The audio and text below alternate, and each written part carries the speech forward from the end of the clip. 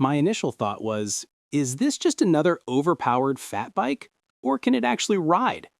And honestly, it's delivered some surprises, both good and a little perplexing.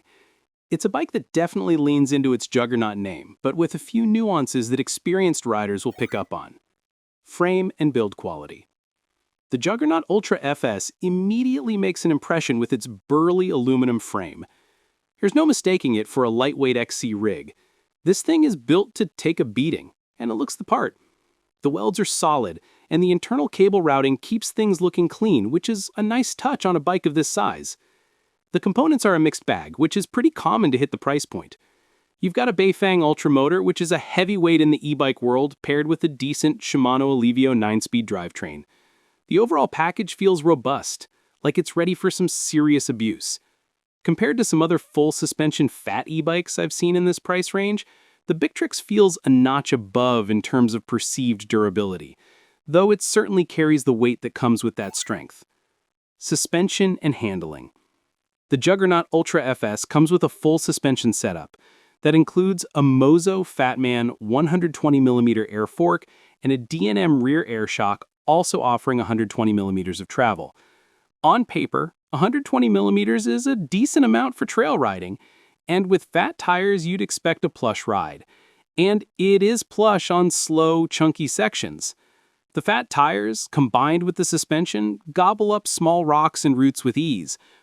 On the faster, more technical descents of Tiger Mountain, however, the suspension can feel a bit overwhelmed. It's not as composed or progressive as higher-end setups, tending to blow through its travel on bigger hits. This means you really have to be active with your body position. Cornering on this bike is surprisingly nimble for its size, thanks in part to the lower center of gravity from the motor. It rails through berms with confidence, but tight, slow-speed switchbacks require a bit more muscle and planning due to the bike's sheer mass and longer wheelbase. Climbing, even with the motor off, the suspension is relatively stable, though I found myself locking out the rear shock on sustained fire road climbs to maximize efficiency. Drivetrain and Performance. The heart of the Juggernaut Ultra FS is undoubtedly the Bafang Ultra M620 motor, putting out a staggering 1,000-watt nominal and 160 newton-meters of torque. This thing is an absolute powerhouse.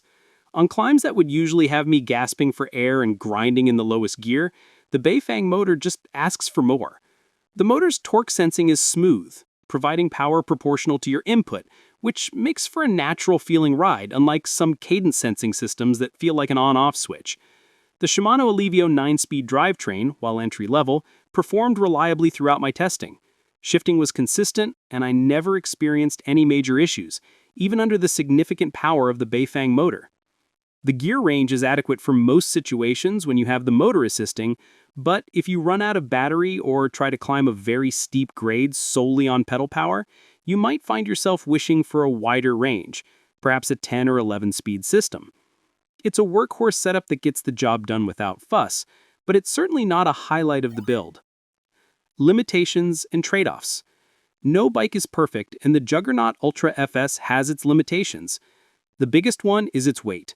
At well over 70 pounds, this is not a bike you're going to want to lift onto a car rack frequently or hike a bike for extended periods. While the Bafang motor makes up for it on the flats and climbs, descending requires a lot of rider input and strength to keep it in line.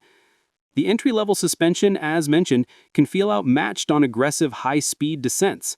Riders looking for a truly confidence-inspiring ride on demanding trails might find themselves wanting more sophisticated damping.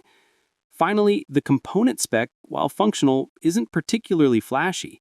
If you're a component snob or plan on pushing this bike to its absolute limits, you might find yourself looking to upgrade parts like the brakes or drivetrain relatively quickly.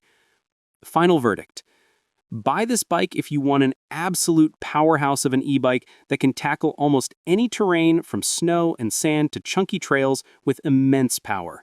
It's perfect for adventure riders, larger riders, or anyone who prioritizes raw power and off-road capability over nuanced suspension performance. Skip this if you're a weight weenie, prioritize nimble handling on technical single track, or demand high-end suspension performance for aggressive descending. This bike makes you want to explore further and conquer climbs you once thought impossible.